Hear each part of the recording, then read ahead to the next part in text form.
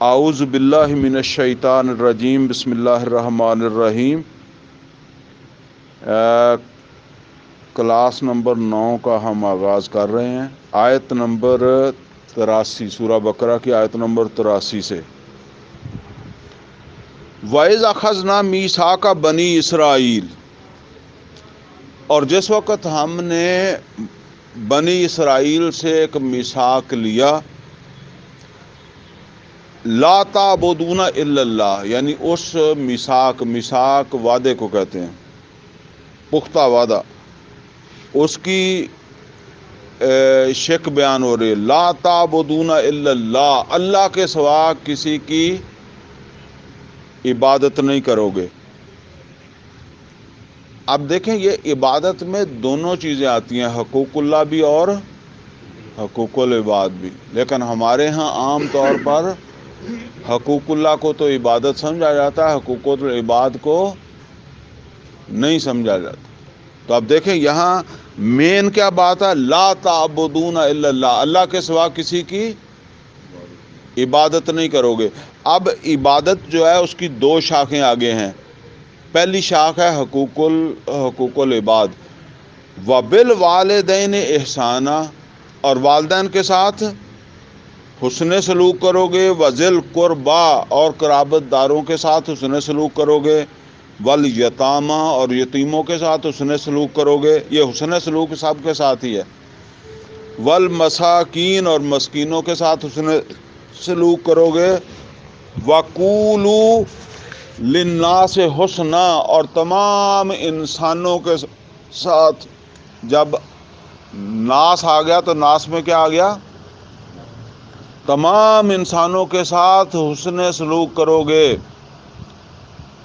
یہ عام طور پر ہمارے ذہن کے اندر ہے کہ شاید غیر مسلم کے ساتھ جو ہے وہ حسن سلوک کی کوئی ضرورت نہیں ہے، یا وہ حسن سلوک اس کے ساتھ گناہ ہے۔ نبی صلی اللہ علیہ وسلم نے فرمایا تمہارا ہمسایہ جو ہے وہ اگر مسلمان ہے اور تمہارا رشتہ دار ہے تو اس کا سب سے زیادہ حق ہے، کیونکہ رشتہ داری کا حق بھی اس میں شامل ہو گیا اور ہمسائے کا بھی ہے۔ پھر یہ ہے کہ وہ مسلمان ہے، رشتہ دار نہیں ہے، تو اس کے بعد اس کا نمبر آ گیا۔ پھر تیسرا یہ ہے کہ مسلمان بھی نہیں ہے لیکن صرف ہمسایہ ہے، تو پھر بھی وہ حسن سلوک کا مستحق ہے، ٹھیک ہے نا۔ تو اس طرح اچھا جی، اب یہ دیکھیں عبادت کی وہ ایک شاخ تو یہ بیان کر دی گئی نا کہ حقوق العباد، دوسری کیا ہے، حقوق اللہ۔ وَأَقِیمُوا الصَّلَاةَ، اور نماز بھی قائم کرو گے، وَآتُوا الزَّکَاةَ، اور زکوٰۃ بھی ادا کرو گے۔ مطلب یہ ہے کہ یہ دونوں چیزیں مل کر عبادت ہے، حقوق اللہ اور حقوق العباد، یہ دونوں عبادت کا لفظ جو ہے وہ محیط ہے حقوق اللہ اور حقوق العباد دونوں پر۔ ثم تولیتم، پھر تم نے رخ پھیر لیا یا تم پھر گئے، الا قلیلا منکم، بس تھوڑے ہی تم میں سے رہ گئے۔ تو ذرا آپ نوٹ کریں ہمارے کتنے ہوں گے، پرسنٹیج نکال لیں، کتنے لوگ ہیں حقوق اللہ اور حقوق العباد کی ادائیگی کرنے والے، کتنے فیصد ہیں؟ تو ان میں بھی تھوڑے تو رہ گئے تھے۔ وَأَنْتُمْ مُعْرِضُونَ، اور تم پھر جانے والے ہی ہو، یعنی جو ہے نا وہ جس طرح کہتے ہیں کہ قائم رہنے والے نہیں ہو، پھر جانے والے ہو۔ وَإِذْ أَخَذْنَا مِيثَاقَكُمْ، اور جس وقت ہم نے تم سے پختہ وعدہ لیا تھا، کس چیز کا، لا تسفکون دماءکم، کہ ایک دوسرے کا خون نہیں بہاؤ گے، ولا تخرجون انفسکم من دیارکم، اور نہیں نکالو گے اپنے لوگوں کو اپنے گھروں سے، ثم اقررتم، پھر تم نے اقرار کر لیا تھا، وانتم تشہدون، اور تم اس بات کے گواہ ہو کہ یہ واقعی اللہ تعالیٰ کا حکم تھا، لیکن پھر کیا کیا تم نے، ثم انتم ہاؤلائے، پھر تم وہ لوگ ہو، تقتلون انفسکم، جنہوں نے پھر اپنے لوگوں کو قتل کیا، وتخرجون فریقا منکم من دیارہم، اور تم نے نکالا جو ہے وہ ایک گروہ کو ان کے گھروں میں سے، تظاہرون علیہم بالاسم والعدوان، تم نے یہ ان کے اوپر جو سرکشی کی، چڑھائی کی، یہ گناہ کے ساتھ اور سرکشی کے ساتھ یہ تم نے چڑھائی کی۔ وَإِن يَأْتُوكُمْ أُسَارَىٰ، پھر جس وقت وہ تمہارے سامنے قیدی بنے یا قیدی بن جائیں، تو فَادُوهُمْ، تو تم ان کا فدیہ دیتے ہو، جرمانہ بھرتے ہو۔ اچھا، یہ بات کوئی سمجھ آ گئی کہ نہیں آئی؟ یہ سمجھانی پڑے گی۔ بنی اسرائیل جو تھے نا، انہوں نے موسیٰ علیہ السلام کے زمانے میں تو جنگ نہیں کی۔ موسیٰ علیہ السلام نے ان سے کہا کہ جنگ کرو، تو انہوں نے کیا کہا؟ فَاذْهَبْ أَنْتَ وَرَبُّكَ فَقَاتِلَا إِنَّا هَاهُنَا قَاعِدُونَ، اتنا تک تو یاد ہی ہوگا نا، انہوں نے جنگ سے انکار کر دیا، ملک فتح نہیں ہوا۔ موسیٰ علیہ السلام فوت ہو گئے، تو موسیٰ علیہ السلام کے تقریباً 40-45 سال بعد یوشع ابن نون ان کے اندر جو ہے نا وہ ایک اللہ والے پیدا ہوئے، ایمان والے۔ اچھا، ان کی، وہ پیغمبر نہیں تھے، ان کی سرکردگی میں انہوں نے پھر جنگ کر کے وہ ملک فتح کر لیا جس کو موسیٰ علیہ السلام نے کہا تھا۔ اچھا، فتح کر لیا تو پھر اب ان کے اندر ایک مسئلہ بن گیا کہ ملک کا حکمران کون بنے گا، چونکہ 12 قبیلے تھے، ایک حکمران پر متفق نہیں ہوئے، بلکہ ہر قبیلہ کہتا تھا کہ ہمارا سردار جو ہے اس کو ملک کا حکمران بنا لو۔ تو آخر کیا بنی؟ آخر یہ بنی کہ 12 ملک بنا لیتے ہیں، یعنی ایک ملک کی بجائے 12 ملک، ہر قبیلہ اپنا ہی ملک، اپنا ہی بادشاہ، اپنا ہی حکمران، تو 12 ملک بن گئے۔ اب آپ کو پتہ ہے کہ پھر وہ آپس کی لڑائی ہوتی ہے۔ ایک گھر میں امن سے رہ رہے ہوتے ہیں، جب وہ 2 بھائیوں میں تقسیم ہو جاتا ہے نا، تو پھر آپ کو پتہ ہے نا کہ وہ کوئی نہ کوئی ادھر ادھر آنا جانا، ایک ہی رقبہ ہوتا ہے، پھر وہ جب 2 بھائیوں میں تقسیم ہو جاتا ہے، وہ کہتا ہے جی اس دے ڈنگراں نے ساڈے فصل اجاڑ دیتی تو وہ پھر اس طرح جو ہے وہ جھگڑے ہوتے ہیں، تو باہمی پھر لڑائیاں شروع ہو گئی ہیں ان کی آپس میں۔ اچھا، اب ظاہر بات ہے کہ جو ہے نا وہ جب باہمی لڑائی ہوتی تھی تو طاقتور جو ہے وہ غالب آ جاتا ہے کمزور پر۔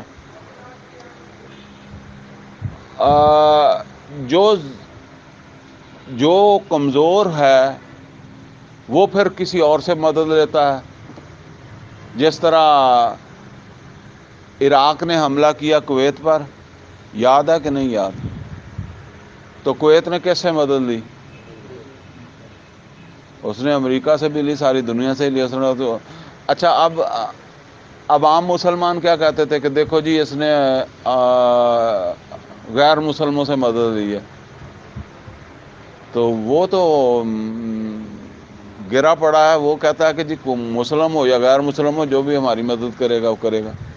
تو وہاں بھی ایسے ہی ہوتا تھا، یہ باہر سے مدد لیتے تھے۔ باہر والے جو آتے تھے وہ کیسے مدد کرتے ہیں؟ وہ کہتے تھے ٹھیک ہے، جتنے جو لوگ ہم نے پکڑے وہ ہمارے غلام بن جائیں گے، ٹھیک ہے نا۔ تو باقی ان سے پیسے پوسے بھی لیتے ہوں گے، یا جو بھی اس وقت کے حساب سے مداخلت کی، جیسے امریکہ نے جو ہے وہ جو عراق کے خلاف کویت کی سپورٹ کی ہے، تو اس نے بغیر پیسوں کے تو نہیں کی، نے پیسے لیے۔ تو اسی طرح وہ پیسے بھی لیتے تھے، باقی جو لوگ پکڑ کے لے جاتے تھے۔ اچھا، اب وہ جو لوگوں کو وہ پکڑ کر لے کر جاتے تھے وہ مسلمان ہوتے تھے یا غیر مسلم ہوتے تھے؟ مسلمان ہی ہوتے تھے۔ بات سمجھ آئی نہیں آئی؟ یعنی آپس کی لڑائی ہو رہی ہے نا، تو جو کمزور ہے وہ باہر سے مدد مانگ رہا ہے، باہر والا تو مسلمان نہیں ہے، اور وہ جتنے لوگوں کو پکڑ لے گا، عورتوں کو پکڑ لے، بچوں کو پکڑ لے جائے گا ساتھ ہی، اور جن کو لے کر جائے گا وہ مسلمان ہے، لے جانے والے مسلمان نہیں ہیں، باقی وہ اپنی مدد جو کی ہے اس کے پیسے بھی لے گا۔ اچھا، اب بعد میں جو ان کے علماء تھے وہ تقریریں کر رہے ہیں کہ جی دیکھو یہ ظلم ہے، زیادتی ہے۔ اچھا، میں جب یہ مقام پڑھتا ہوں تو مجھے تو اس میں بھی وہ ہم سے بہتر ہی نظر آتے ہیں۔ اب آپ دیکھیں نا کہ پرویز مشرف نے کتنے لوگ پکڑائے ہیں، اور وہ کہتا ہے میں نے پیسے لے کر پکڑائے ہیں، ٹھیک ہے نا۔ عافیہ صدیقی، اس کو بھی بیچا ہے، ٹھیک ہے نا۔ یہودیوں کا کیا مسئلہ ہے؟ یہودیوں کا اللہ تعالیٰ کہتا ہے کہ تم نے اپنے بندوں کو خود دوسروں کا غلام بننے پر مجبور کر دیا، اور جب وہ غلامی میں چلے گئے تو پھر پریشانی ہوتی تھی، پھر ان کو کہتے تھے چھوڑ دو، وہ کہتے تھے کہ اتنے پیسے ان کے بھی دے دو، بندے خرید کے لے جاؤ، تو پھر یہ چندہ جمع کرتے تھے، تفادو فدیہ دے کر چھڑاتے تھے، کیونکہ طاقت سے تو چھڑا سکتے نہیں تھے، طاقت سے چھڑا سکتے تو وہ غلامی میں نہ جاتے۔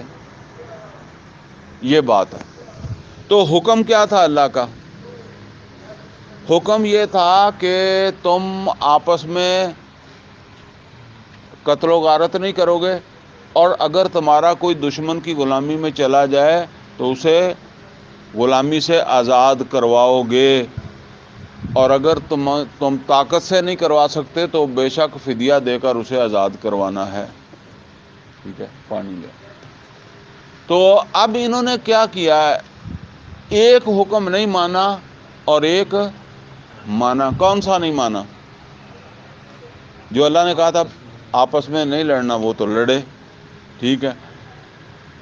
اور اچھا، اس میں یہ بھی سمجھ لیں، جب کوئی ایک طاقتور کمزور ملک پہ حملہ کرتا ہے تو اس میں سے اگر کوئی جان بچا کر بھاگتا ہے تو وہاں بھی بھاگنے والے جو ہے وہ قیدی بن جاتے تھے، غلامی میں بن جاتے تھے۔ اچھا، آپ کو پتہ ہے کہ ہمارے جب 71 کے اندر بنگلہ دیش میں کچھ فوجی جو تھے انہوں نے ہتھیار نہیں پھینکے تھے، اور وہ بھاگ کر چلے گئے تھے برما میں، تو برما والوں نے قیدی بنا لیا تھا۔ تو خیر یہ تو زمانہ وہ نہیں تھا، انہوں نے بعد میں چھوڑ دیے تھے، برما والوں نے چھوڑ دیے تھے۔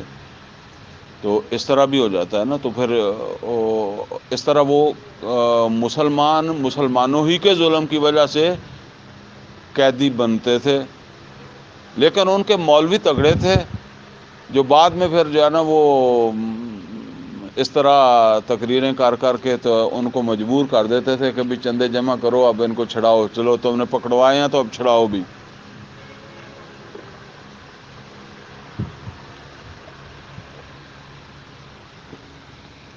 وہ بات ہے جو یہاں کہی جا رہی ہے۔ فرمایا وَإِن يَأْتُوكُمْ أُسَارَىٰ، اسیر قیدی کو کہتے ہیں نا اسارہ، جب وہ تمہارے سامنے قیدی بن جائیں تو فادوہم، تو پھر تم ان کا فدیہ دیتے ہو، ان کو فدیہ دے کر چھڑاتے ہو۔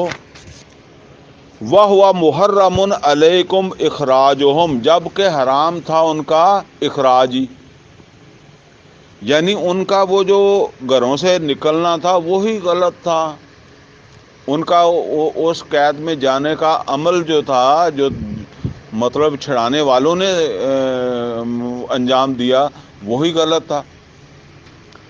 اب جو سوال ہے نا یہ ذرا غور سے پڑھنے والا ہے۔ فرمایا آفاتؤمنون ببعض الکتاب، کیا تم ایمان لائے کتاب کے بعض حصے پر؟ آفاتؤمنون ببعض الکتاب وتکفرون ببعض، اور تم نے کفر کیا بعض کا، یعنی کسی کتاب کی کسی بات کا ایمان لائے اور کسی کو نہیں مانا، کسی کو مانا کسی کو نہیں مانا۔ فما جزاء من یفعل ذلک منکم، تو کیا جزا ہونی چاہیے جو تم میں سے ایسا کرے. کیسا کرے؟ کسی بات کو مانے. اچھا تو اب جب آپ اس کو لگائیں گے تو لگائیں ذرا کہ نماز تو 5 وقت پڑھتا ہے، زکوٰۃ دیتا نہیں ہے. ٹھیک ہے نا؟ کسی کو مانا کسی کو نہیں مانا. نماز پڑھتا ہے، زکوٰۃ دیتا ہے، گھر میں پردہ نہیں ہے. کسی کو مانا کسی کو نہیں مانا. ٹھیک ہے نا؟ تو یہ ہے بات جو کہی جا رہی ہے. فرمایا فما جزاء من یفعل ذلک منکم، تو کیا جزا ہونی چاہیے سوالیہ انداز میں، کیا بدلہ ہونا چاہیے، کیا بننا چاہیے اس کے ساتھ جو تم میں سے ایسا فعل کرے. یعنی کسی کو مانے، اللہ کے کسی حکم کو مانے یا اللہ کی کتاب کے کسی حکم کو مانے اور کسی کو نہ مانے. الا خزی فی الحیات الدنیا، سوائے اس کے کہ دنیا کی زندگی میں اسے رسوا کر دیا جائے. وَيَوْمَ الْقِيَامَةِ يُرَدُّونَ إِلَىٰ أَشَدِّ الْعَذَابِ، اور قیامت کے دن بھی شدید ترین عذاب میں داخل کر دیا جائے. یعنی اللہ کہتا ہے کہ ایسے شخص کی جو کسی حکم کو مانتا اور کسی کو نہیں مانتا، اس کے سوا کوئی جزا نہیں بنتی کہ دنیا میں بھی ذلیل کیا جائے اور آخرت میں جہنم کے اندر ڈال دیا جائے. وَمَا اللَّهُ بِغَافِلٍ عَمَّا تَعْمَلُونَ، اور اللہ غافل نہیں ہے جو کچھ تم کرتے ہو. اولئک الذین اشتروا الحیات الدنیا بالآخرہ، یہی لوگ ہیں کہ جنہوں نے خرید لی ہے دنیا کی زندگی آخرت کے بدلے، آخرت کی زندگی کے بدلے. آخرت کے بدلے انہوں نے دنیا خرید لی، دنیا کو ترجیح دے دی آخرت کے بدلے. فلا یخفف عنہم العذاب، تو اللہ تعالیٰ ذرا نرمی نہیں کرے گا، تخفیف نہیں کرے گا ان کو جب عذاب دے گا. ولا ہم ینصرون، اور نہ کسی جانب سے ان کی مدد کی جائے گی. یہ کن کی بات ہو رہی ہے؟ مسلمانوں کی. بھائی اس وقت کے مسلمان وہی ہیں نا، وقت کے مسلمانوں کی ہو رہی ہے اور ہمیں بتایا جا رہا ہے. تو اس کا مطلب یہ ہے کہ اگر ہم کسی حکم کو مانیں گے اور کسی کو نہیں مانیں گے تو ہمارے ساتھ کوئی اور سلوک ہوگا. اللہ نے سوال کیا ہے کہ تم خود بتاؤ اس کے علاوہ کیا جزا بنتی ہے کہ جو اللہ کے ایک حکم کو مانے ایک کو نہ مانے. وَلَقَدْ آتَيْنَا مُوسَى الْكِتَابَ، اور بے شک ہم نے دی تھی موسیٰ علیہ السلام کو کتاب. وَقَفَّيْنَا مِن بَعْدِهِ بِالرُّسُلِ، اور ان کے بعد ہم نے اور رسولوں کو بھیجا، کئی رسولوں کو، یعنی ان کے پیچھے ہم نے اور رسول بھیجے، پے در پے رسول بھیجے. وَآتَيْنَا عِیسیٰ ابْنَ مَرْیَمَ الْبَیِّنَاتِ، اور ہم نے دیے عیسیٰ ابن مریم کو کھلے معجزے یا کھلی نشانیاں. وَأَيَّدْنَاهُ بِرُوحِ الْقُدُسِ، اور ہم نے ان کی مدد بھی کی روح القدس یعنی جبرائیل امین کے ذریعے، زندہ اٹھا لیا آسمان پر. اس کی بات ہو رہی ہے. أَفَكُلَّمَا جَاءَكُمْ رَسُولٌ، کیا ایسا نہیں ہوا کہ جب بھی تمہارے پاس کوئی رسول آیا، یعنی موسیٰ کے بعد ہم نے پے در پے رسول بھیجے.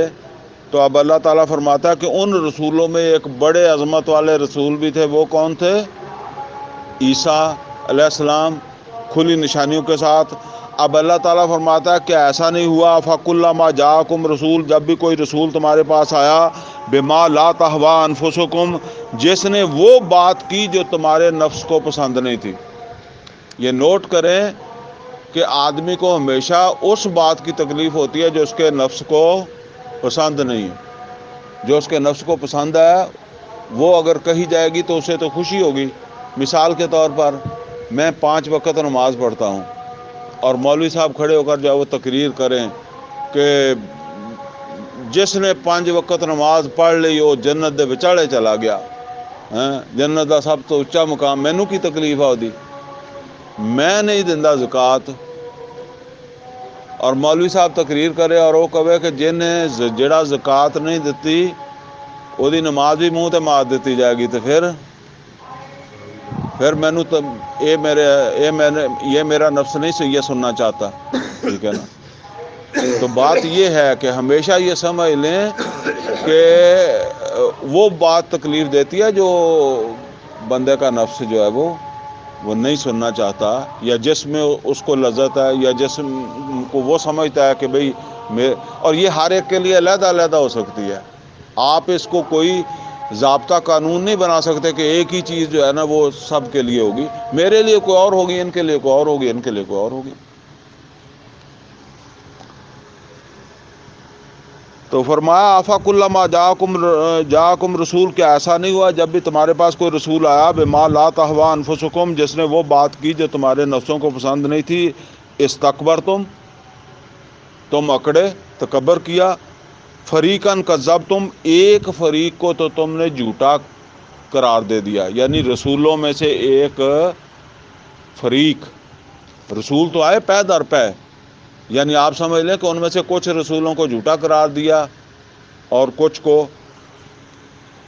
بلکہ رسول تو موسیٰ علیہ السلام کے بعد صرف عیسیٰ علیہ السلام ہی ہیں، باقی نبی تھے۔ فریقاً کذبتم، ایک کو تم نے جو ہے وہ جھٹلایا، وہ فریقاً تقتلون، اور ایک فریق کو تم نے قتل بھی کر دیا۔ یہ کون ہیں؟ یہ نبی ہیں جن کو قتل کیا ہے۔ تو اس کا مطلب یہ ہے کہ اس رستے میں جو ہے نا وہ قتل ہو جانا جو ہے نا یہ کوئی بڑی بات نہیں ہے۔ اللہ کے رستے پہ ایمان والوں کا قتل ہو جانا کوئی بڑی بات نہیں ہے۔ بعض اوقات ہم بڑی چھوٹی سی بات کے اوپر جو ہے وہ سمجھنا فکر مند ہو جاتے ہیں کہ یار پتہ نہیں نماز سے میں 5 ویلے ہی پڑھدا، پتہ نہیں مینو پریشانی کیوں آ گئی ہیں۔ تو اب دیکھیں یہ پیغمبر تھے نا، اب قرآن کہتا ہے تو ہمیں ماننا پڑے گا یا نہیں ماننا پڑے گا؟ تو وَفَرِيقًا تَقْتُلُونَ، اور ایک فریق کو تم نے قتل بھی کیا، وَقَالُوا قُلُوبُنَا غُلْفٌ، اور پھر کہتے ہیں ہمارے دل غلاف میں ہیں، پردہ میں ہیں۔ غلاف پردہ ہی ہوتا ہے نا، یعنی محفوظ ہیں۔ یعنی یہ کہنے کے بعد بھی جس طرح ہمارے ہاں بڑے لوگ کہہ دیتے ہیں نا یار میں دل دا برا نہیں ہے گا، یا فلاں بندہ دل دا برا نہیں، اسی طرح وہ کہندے سی نہیں دل ساڈے صاف ہے، چلو کوئی گناہ تے ہو جاندے بندے کولوں، ہاں جس طرح کہتے ہیں نا یار گناہ تو ہو جاتا ہے بس دل نال اسی گناہ نہیں کردے، برا کام نہیں کردے۔ وَقَالُوا قُلُوبُنَا غُلْفٌ، اور پھر کہتے ہیں کہ ہمارے دل جو ہے وہ محفوظ ہیں۔ بل لعنہم اللہ بکفرہم، اللہ تعالیٰ فرماتا ہے کہ بلکہ لعنت کر دی اللہ تعالیٰ نے ان پر ان کے اس کفر کے سبب، اس کو اللہ نے کفر کہا۔ اب ذرا نوٹ کریں جی یہ لعنت کن پر ہو گئی؟ جن کو کبھی انعامات کا مستحق قرار دیا تھا، یا بنی اسرائیل اذکروا نعمتی اللتی انعمت علیکم، ٹھیک ہے نا۔ فَقَلِيلًا مَا يُؤْمِنُونَ، تو بہت کم ہیں، بہت تھوڑے ہیں جو ایمان والے ہیں، باقی تو ایسے بس وہ آپ یہ سمجھ لیں کہ تعداد تو بہت زیادہ ہو سکتی ہے نا، تو اس طرح جیسے اب ہماری تعداد ہے ایسے ہی ہے۔ وَلَمَّا جَاءَهُمْ کتاب من عند اللہ، جب آئی ان کے پاس اللہ کی طرف سے کتاب، کون سی کتاب؟ یہ قرآن کی بات ہو رہی ہے۔ جب آئی ان کے پاس اللہ کی کتاب، مصدق لما معہم، جو کہ تصدیق کرتی ہے اس کی جو ان کے پاس ہے۔ کس کی تصدیق کرتی ہے؟ تورات کی، اس کی تصدیق کرتی ہے۔ وَقَانُوا مِن قَبْلُ يَسْتَفْتِحُونَ عَلَى الَّذِينَ كَفَرُوا، اور اس سے پہلے یہ فتح مانگا کرتے تھے کافروں کے مقابلے میں، کافروں کے خلاف۔ کیا فتح مانگا کرتے تھے؟ فتح مانگا کرتے تھے کہ اے اللہ وہ رسول بھیج دے، کیونکہ رسولوں نے ان کو بتایا تھا کہ اس رسول جو آخری رسول آئے گا، جو اس کے ساتھ ملے گا وہ فتح یاب ہوگا۔ تو کیا دعا کرتے تھے کہ اللہ وہ رسول بھیج دے۔ اللہ نے وہ رسول بھیج دیا اور کتاب بھیج دی تو اس کا انکار کر دیا۔ سبب کیا بنا؟ وہی جو میں آپ کو کہتا ہوں کہ جو امام مہدی کے آنے پر یہاں بننا ہے، وہی سبب بنا نا۔ ابھی ہمارے لوگ بھی تو مایوسی کے عالم میں کیا کہتے ہیں؟ ارے امام مہدی آئے گا پھر کتے جان چھٹے گی ساڈی۔ ہیں؟ وہی بات ہے. تو فرمایا کہ وہ تو فتح مانگا کرتے تھے کافروں کے مقابلے میں. فلما جاہم ما عرفو، تو جب وہ آ گیا جس کو انہوں نے پہچان بھی لیا، کفروا بہی، تو اس کا کفر کر دیا. یعنی جب وہ کتاب آ گئی، قرآن آ گیا، تو اس کا کیا کیا؟ کفر کر دیا، قرآن کا کفر کر دیا. وہ پیچھے کتاب کی بات چل رہی ہے نا. فلعنت اللہ علی الکافرین، تو اللہ تعالیٰ نے لعنت کر دی ان کافروں پر، یہ قرآن کے کافروں پر اللہ نے لعنت کر دی. بئس ما اشتروا بہ انفسہم، تو بہت برا ہے جس کو مطلب جس کے عوض انہوں نے بیچ ڈالا اپنے آپ کو، اپنا سودا کر دیا. یعنی وہ جو انہوں نے فائدہ لیا وہ بہت برا ہے جس کے بدلے میں انہوں نے اپنا سودا کر دیا، اپنے آپ کو بیچ دیا. ان یکفروا بما انزل اللہ، کہ انہوں نے کفر کیا اس کا جو اللہ نے نازل کیا، یعنی قرآن کا کفر کر دیا. باغین، بس ضد کی وجہ سے.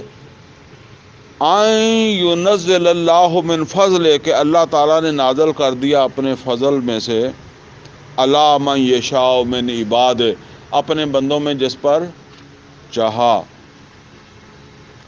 اچھا جی کی سمجھ دے تسی کہ جے بالفرض امام مہدی بریلویاں چو آ جاوے تو پھر اہل حدیث دیوبندی کی کرن گے؟ ٹھیک ہے نا. آپ یہی بات بنی ہے ان کے ساتھ کہ رسول آ گیا ان میں جن کو وہ کچھ سمجھتے ہی نہیں تھے. سمجھ آئیے نا بات آپ کو؟ رسول کہاں آ گیا؟ وہاں جن کو وہ کچھ سمجھتے ہی نہیں تھے. یہی مصیبت بن گئی. اچھا عیسائیوں میں سے پھر بھی جو ہے نا وہ کافی سارے ایمان لے آئے. یہودی تو جو جن کے پاس، اچھا عیسائیوں کے پاس علم نہیں تھا، علم تھا یہودیوں کے پاس. تو یہودی جو ہے وہ بالکل کوئی 7-8 سے زیادہ ایمان نہیں لائے. نبی صلی اللہ علیہ وسلم کی حیات میں عالم تو ایک ہی کا نام آتا ہے، عبداللہ ابن سلام رضی اللہ تعالیٰ عنہ. باقی کو 2-4 اور تھے ساتھ، نہیں لائے ایمان. ان چیزوں کو جب آپ اپنے اندر سے نہیں دیکھیں گے کہ بھئی اب کیا ہوگا، تو پھر اس کے بغیر سمجھ نہیں آئے گی. تو یہی اصل میں ان کے ساتھ یہ ہو گیا. ان ینزل اللہ من فضل، کہ اللہ تعالیٰ نے اپنے فضل سے جب اتار دیا، الی من یشاء من عباد، اپنے بندوں میں سے جو ہے نا وہ جس کے اوپر چاہا جہاں چاہا. اچھا اب آگے دیکھیں ذرا. فباؤ بغضب علی غضب، تو وہ غضب کے اوپر غضب لے کر لوٹے، یا غضب کے اوپر غضب کے مستحق بنے. کیا یہ غضب کن پر ہو رہا ہے؟ جن کا آغاز تھا یا بنی اسرائیل اذکروا نعمتی اللتی انعمت علیکم. میں یہ بات آپ کو اس لیے سناتا، بار بار دہرا کر بتاتا ہوں کہ آپ اس کو سمجھیں کہ اب ہم میں سے ہی اللہ کے غضب کے مستحق بننے والے ہیں، اور انہی میں سے گمراہ ہونے والے ہیں، اور انہی میں سے ایمان والے ہوں گے. انہی میں سے غیر شعوری منافق ہوں گے یا ضعف ایمان میں مبتلا ہوں گے. پیچھے ڈھونڈنے جانے کی ضرورت ہی نہیں ہے. فباؤ بغضب علی غضب وللکافرین عذاب مہین، اور ایسے کافروں کے لیے ہم نے بڑا توہین آمیز عذاب تیار کر رکھا ہے.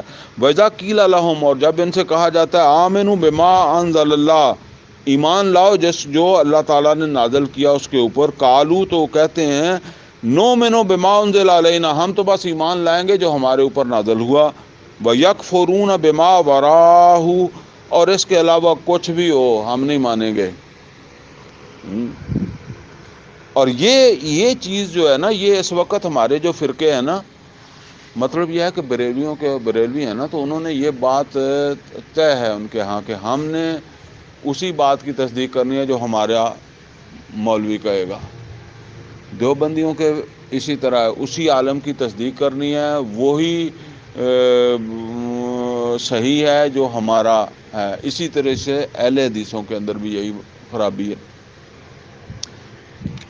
تو یہی بات وہ کہہ رہے ہیں وَهُوَ الْحَقُّ مُصَدِّقًا لِمَا مَعَهُمْ، اور حالانکہ وہ حق ہے اور تصدیق کرتا ہے اس کی جو ان کے پاس ہے. یعنی یہ نہیں ہونا تو یہ چاہیے کہ اس کی پہچان کریں کہ یہ حق ہے تو اس کی تصدیق کریں. وہ کسی جگہ بھی ہو سکتا ہے. قل، تو اے نبی صلی اللہ علیہ وسلم ان سے کہہ دیں فَلِمَ تَقْتُلُونَ أَنْبِيَاءَ اللَّهِ، تو پھر تم نے کیوں قتل کیا اللہ کے نبیوں کو، من قبل، اس سے پہلے، ان کنتم مومنین، اگر تم ایمان والے ہو. یعنی وہ کہتے ہیں نا کہ ہم ایمان لائیں گے اسی کے اوپر جو ہم میں سے ہوگا یا ہم پر نازل ہوگا. تو جو پہلے نبی تم نے قتل کیے ہیں وہ تو تم ہی میں سے تھے نا، ان کو کیوں قتل کیا؟ یہ بات. ان کنتم مومنین، اگر تم ایمان والے ہو، یعنی محمد اور رسول اللہ صلی اللہ علیہ وسلم کے حوالے سے تو یہ ضد تمہارے اندر آ گئی کہ یہ ہم میں سے نہیں ہے.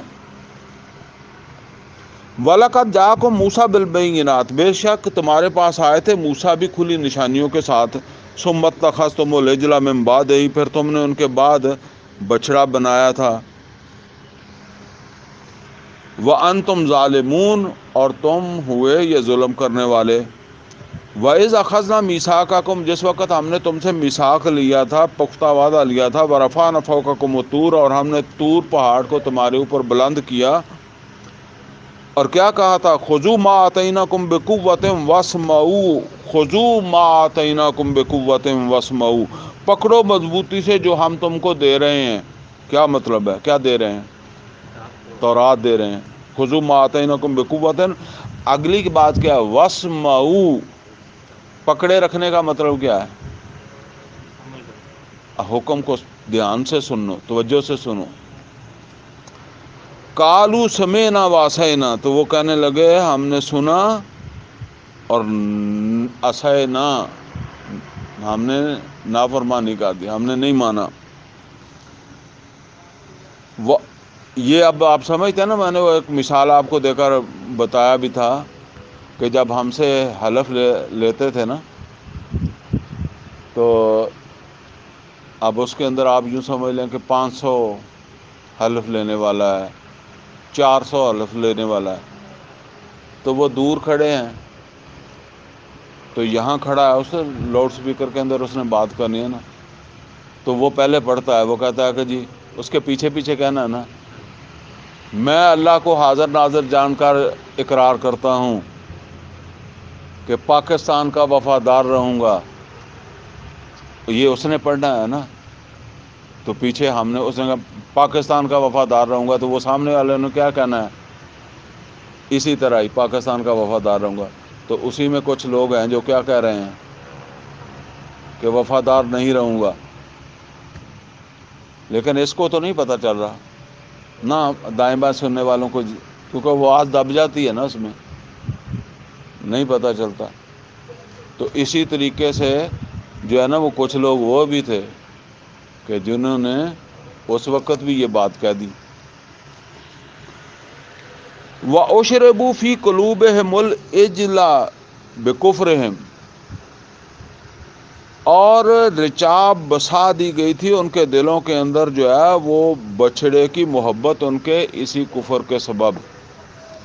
قل، اے نبی صلی اللہ علیہ وسلم ان سے کہہ دیں بئس ما یامرکم بہ ایمانکم، بہت برا ہے تمہارا یہ ایمان جو تمہیں اس طرح کی حکم دیتا ہے، یا اس طرح کی اجازت دے دیتا ہے نا. یعنی ایسے کام تمہیں کرنے کی اجازت دے دیتا ہے. یا آپ یہ سمجھ لیں کہ جس طرح ہم کہیں کہ یار وہ کیڑا ایمان والا جڑا جن وہ دا ایمان چوری تو نہیں روکدا، ٹھیک ہے نا، اس طرح. ان کنتم مومنین، اگر تم ایمان والے ہو. قل، اے نبی صلی اللہ علیہ وسلم ان سے کہہ دیں ان کانت لکم الدار الآخرۃ عند اللہ، اے نبی صلی اللہ علیہ وسلم آپ ان سے کہہ دیں کہ اگر ہے تمہارے لیے آخرت کا گھر اللہ کے ہاں، یعنی جنت تمہارے لیے، وہ کہتے تھے جنت کس کے لیے ہے، اب بھی وہ ایسے ہی کہتے ہیں، وہ سمجھتے ہیں جنت ہمارے لیے ہی ہے. یہودی آج بھی یہ سمجھتے ہیں، عیسائی بھی یہ سمجھتے ہیں. تو اگر آخرت کا گاریہ جنت جو ہے وہ تمہارے لیے یا خالصتاً اللہ تعالیٰ کے ہاں، خالصتاً من دون الناس، خالصتاً لوگوں کو چھوڑ کر مطلب تمہارے لیے ہے، فتمنوا الموت، تو پھر موت کی تمنا کرو، ان کنتم صادقین، اگر تم سچے ہو. سب سے جلدی جنت میں کون جاتا ہے؟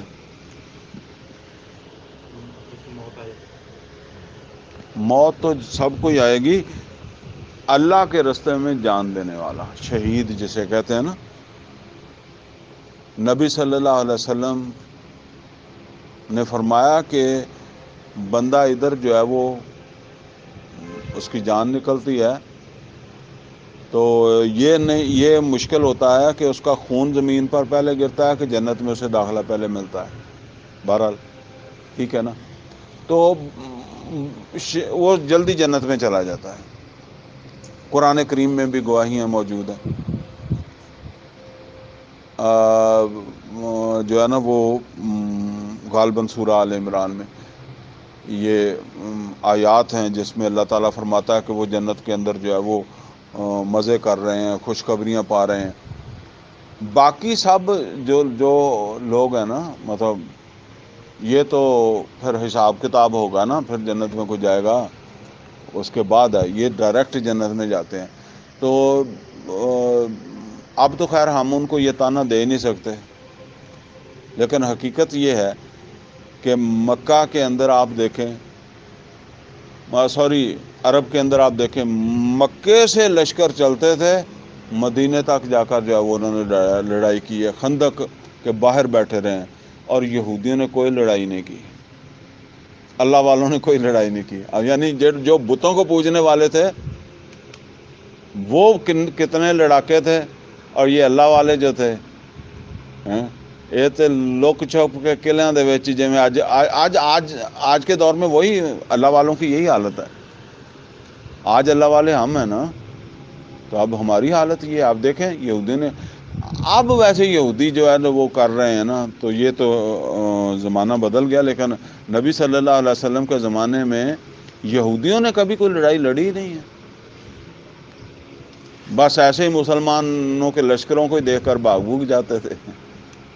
یہ تو فرمایا کہ پھر ظاہر ہے ان کے بھی تصورات شہداء کا تھا نا، تو پھر موت سے کیوں ڈرتے ہو؟ فتمنوا الموت، موت کی تمنا کرو، ان کنتم صادقین، اگر تم سچے ہو. تو وہ موسیٰ علیہ السلام نے جب کہا کہ لڑو، جنگ کرو، اللہ فتح دے گا، تو انہوں نے کہا فاذهب انت وربک فقاتلا انھا ھاہنا قاعدون یا موسیٰ ان فیھا قوما جبارین، ہے موسیٰ وہاں بڑی جابر قوم ہے.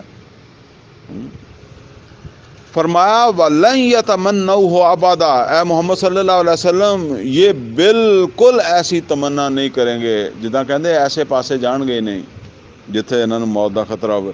بما قدمت ایدیہم، بسبب اس کے جو انہوں نے کمائی کی، جو عمل کیے.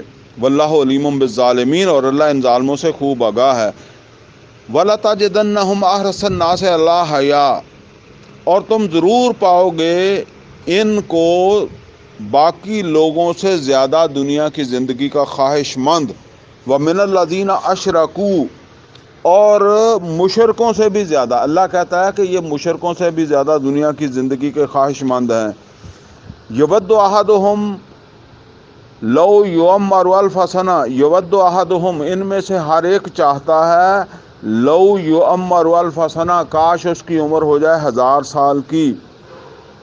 وما ہوا بمزحزحہ من العذاب، تو اگر اتنی عمر بھی ہو جائے تو وہ بھی اسے عذاب سے تو نہیں بچا سکے گی، یہ بھی ایک دن ختم ہو جائے گی.